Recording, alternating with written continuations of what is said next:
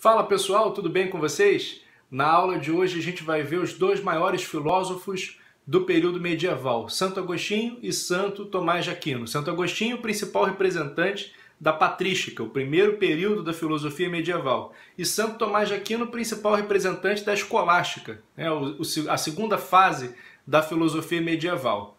Então, vamos começar com Santo Agostinho. Santo Agostinho, ele viveu ali no tempo que nós chamamos, na classificação da história do pensamento, de patrística. Por que patrística? Por causa dos padres da igreja.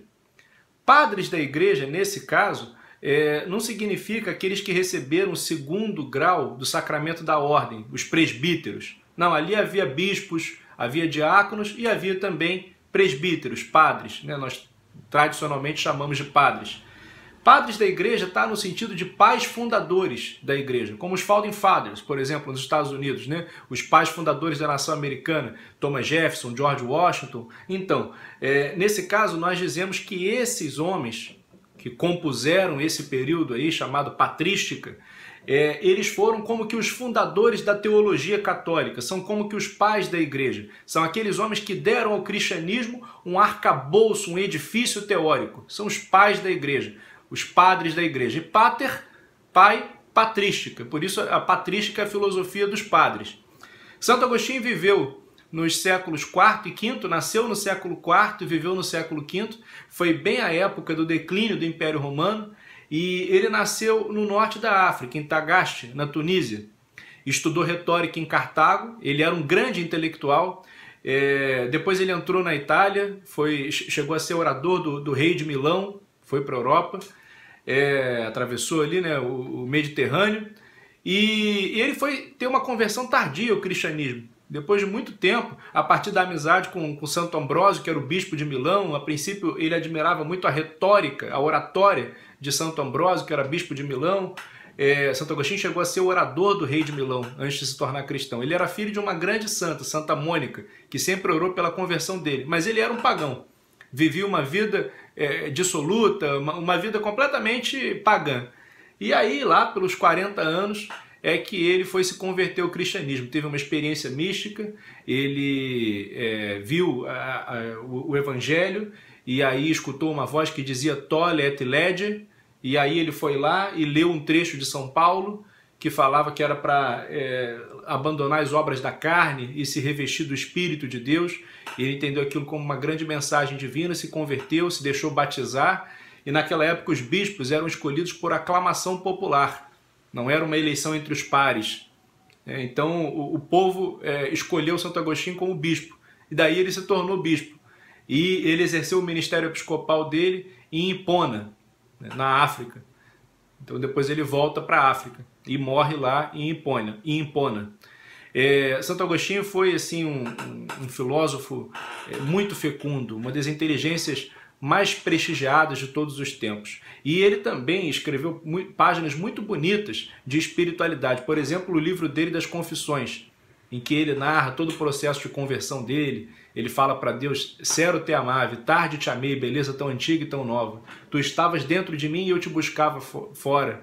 Tu estavas dentro de mim e eu te buscava nas coisas que não seriam se em ti não fossem.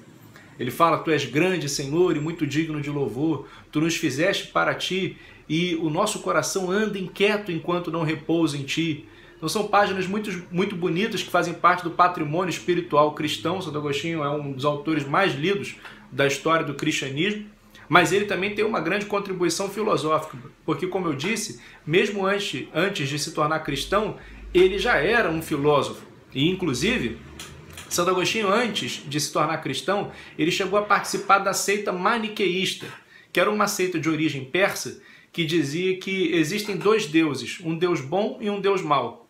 Esses deuses são rivais, eles existem desde toda a eternidade, e a história é o palco onde eles estão duelando, onde existe esse conflito entre o deus bom e um deus mau.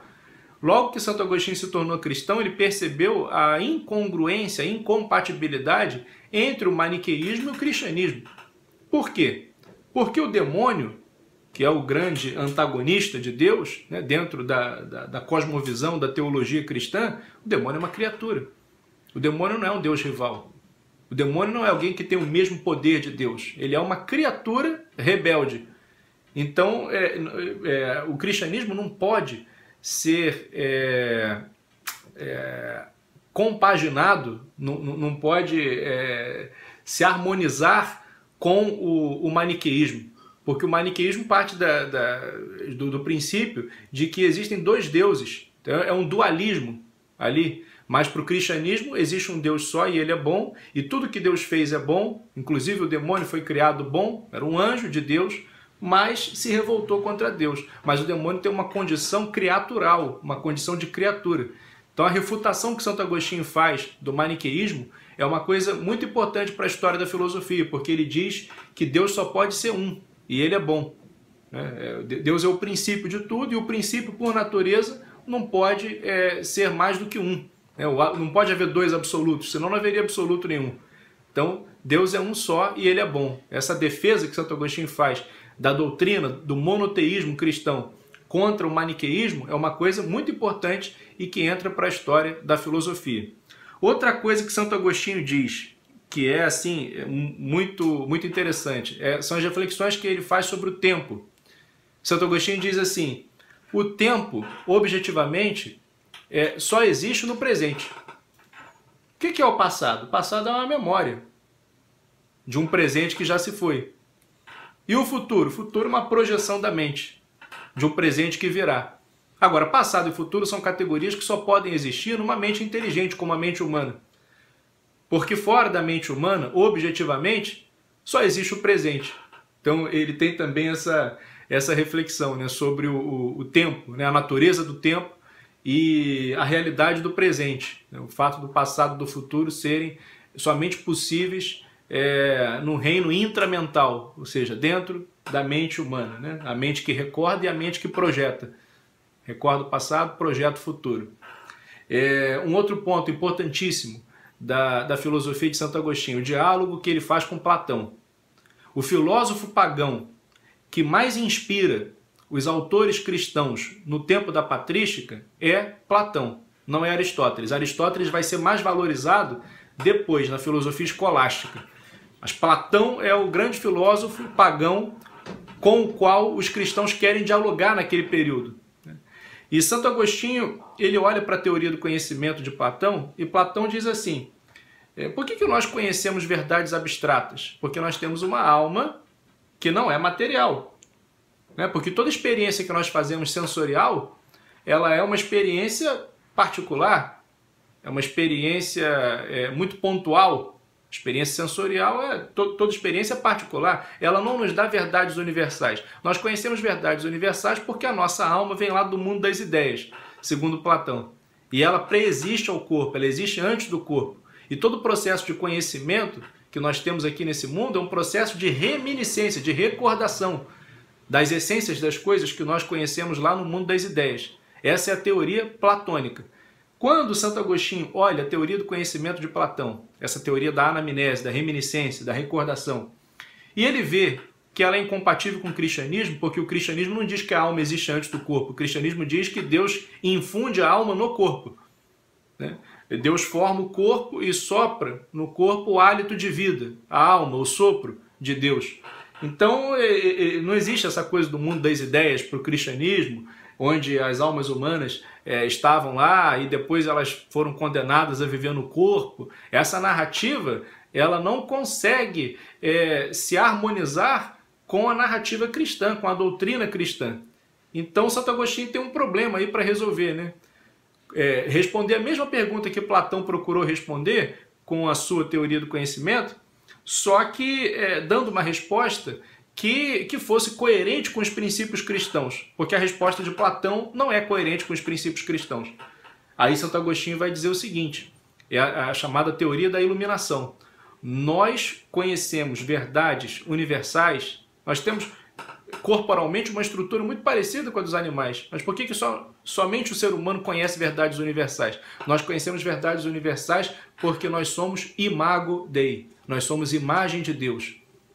Nós somos seres dotados de alma imortal, alma espiritual, e ela tem inteligência, vontade, liberdade. Essa alma, ela é uma imagem de Deus.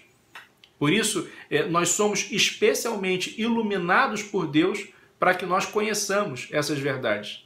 Esse é um ponto importantíssimo, né? Porque é assim que Santo Agostinho elabora a sua teoria do conhecimento, partindo do pressuposto que o intelecto humano, no fundo, ele é iluminado pela luz divina, pelo intelecto divino. Ele é alimentado pelo intelecto divino. É como se a nossa razão fosse assim uma fagulha, uma centelha daquela grande chama do intelecto divino. E ela nos alimenta. Essa é a teoria que Santo Agostinho estabelece, que a gente chama de teoria da iluminação, que é a explicação que ele dá para o conhecimento, né? Porquê do conhecimento humano ser abstrato e universal. De onde que vem essa capacidade nossa de conhecer? Isso é também muito importante.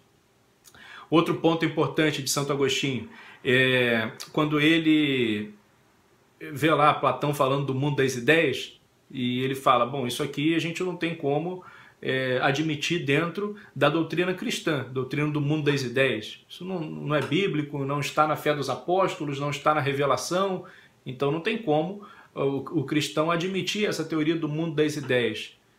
Mas, na verdade, Deus pensou todas as coisas antes de criá-las. O próprio Salmo 138 fala isso, né? Cada dia de minha vida foi por vós pensado antes mesmo que um só deles existisse.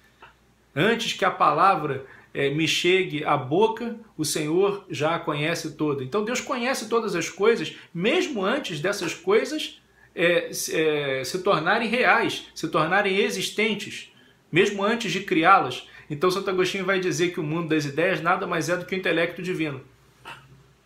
E as ideias de Platão, as essências das coisas que existiriam antes da matéria, né, segundo Platão, na verdade são as ideias divinas. As ideias que estão na mente de Deus, que Deus tem eternamente pensado sobre elas, né, essas ideias, na verdade, são aquilo que Platão queria chamar com o nome de essências do mundo das ideias. Na verdade, são as ideias na mente de Deus. É o que Santo Agostinho diz. Então vocês vejam aquilo que eu já expliquei para vocês na aula passada. Não é a filosofia cristã que, ao travar contato com a filosofia pagã, não é a filosofia cristã que se paganiza. É a filosofia pagã que se cristianiza. Existe essa clara tentativa de estabelecer um contato entre a filosofia pagã e a doutrina cristã, mas a fé tem primazia. Então, em tudo aquilo que a filosofia pagã contrariar a doutrina cristã, essa filosofia pagã será devidamente ajustada, adaptada, para poder se amoldar à doutrina cristã. Eu expliquei isso para vocês. Então não se trata de vender o cristianismo para a filosofia, substituir o cristianismo pela filosofia, mas reconhecer na filosofia, na sabedoria pagã, alguns elementos verdadeiros. Por exemplo, quando Sócrates disse que a alma era imortal, ele estava certo, não estava? Todo cristão acredita que a alma é imortal. Por mais que o corpo possa sofrer corrupção, no processo da morte, a alma é imortal. Então Sócrates estava certo quando disse isso. Quando Aristóteles disse que a virtude é o justo meio entre o excesso e a falta, ele estava certo. Não há problema nenhum no cristão reconhecer os méritos da filosofia pagã. A filosofia pagã pode e deve ser aproveitada para enriquecer a doutrina cristã, para servir de base. A filosofia é a serva da teologia. Filosofia antila teologia. E essa é a índole da filosofia medieval. Isso que a gente vê, por exemplo, Santo Agostinho fazendo com Platão. Ele pega o que ele acha que é proveitoso na filosofia de Platão e absorve isso no cristianismo. São Tomás de Aquino faz o mesmo com Aristóteles. São Tomás de Aquino é o principal representante da escolástica. Viveu no século XIII. O que é a escolástica? É a filosofia praticada nas escolas medievais que, a princípio, tinham um esquema que era o trivium e o quadrivium. Foram estabelecidos no tempo ali das reformas carolingias por Alcuino de York, que era um monge. O que era o trivium? Era o estudo da lógica, da gramática e da retórica. Era o estudo das letras, porque se estudava a lógica, os argumentos, a gramática, a retórica, a capacidade de argumentação a partir dos textos clássicos. Então era o estudo da literatura.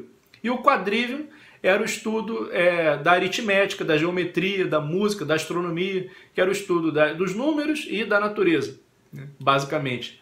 Então era esse o programa de ensino das escolas medievais. Só que pouco a pouco essas escolas elas foram se aperfeiçoando e se tornaram universidades. Ou seja, passaram a ter cursos superiores. Os primeiros cursos foram teologia, direito, medicina. Teve lá a Universidade de Bolonha, a Universidade de Paris. Então surgiram ali, a partir do século XI, as primeiras universidades da Europa. E foram fundadas pela Igreja Católica. São Tomás de Aquino, ele foi professor da Universidade de Paris. Ele era um frade dominicano, foi aluno de outro grande professor, renomado professor da época, que foi Santo Alberto Magno. A ordem dele, a ordem dominicana de São Tomás de Aquino, era uma ordem recém-fundada na época. E São Tomás se tornou o teólogo mais eminente da história da Igreja. Até hoje ele é o guia de estudos, por exemplo, nos seminários católicos para a formação dos padres. São Tomás de Aquino é o grande teólogo da história da Igreja Católica. E qual era o pensamento de São Tomás? São Tomás dizia que não pode haver contradição verdadeira entre a fé e a razão. Se existe uma contradição entre fé e razão, essa contradição é aparente, é momentânea, porque a fonte da revelação é a mesma fonte que colocou no homem a razão para poder esquadrinhar os mistérios do universo. É Deus. Deus que se revelou aos profetas, Deus que se revelou em Jesus Cristo, que é o próprio Deus humanado, Deus encarnado, é o mesmo Deus que criou o homem e que pôs no universo as leis que o regem, pôs no homem a inteligência para poder perscrutar, conhecer o universo. Então não pode haver contradição entre fé e razão, entre filosofia e teologia.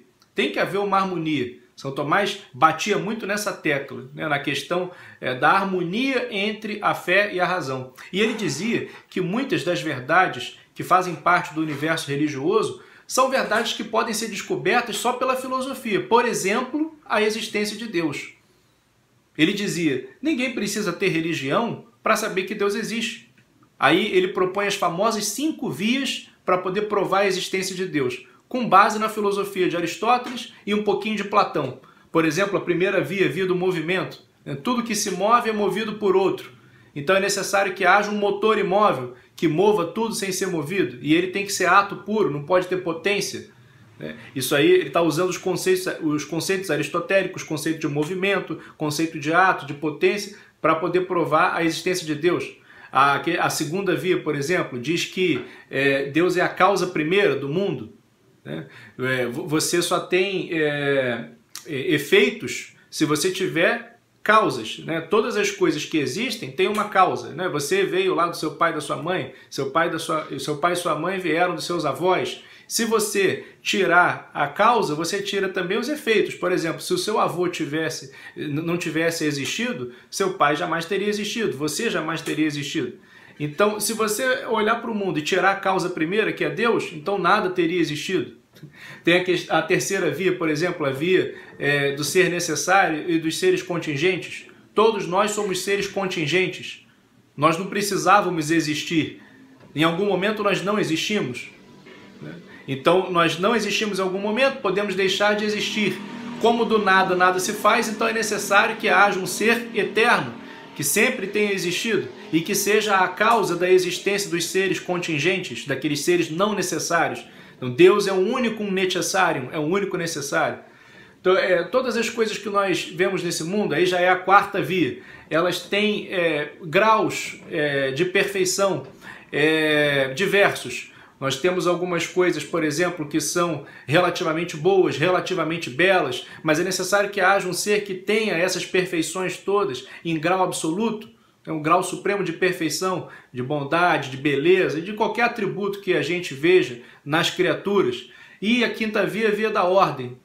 Tudo que existe demonstra uma ordem. O universo ele tem uma inteligibilidade.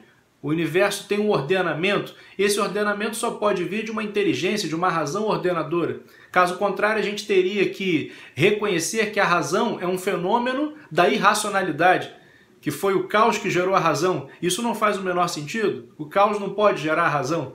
Só a razão gera racionalidade. Então existe uma razão primeira, existe uma ordem do universo e essa ordem responde por todas as leis inteligíveis que nós verificamos no universo. Aí seria a quinta via, via da ordem racional do mundo, que exige a existência de uma inteligência, de um princípio supremo, ordenador do mundo.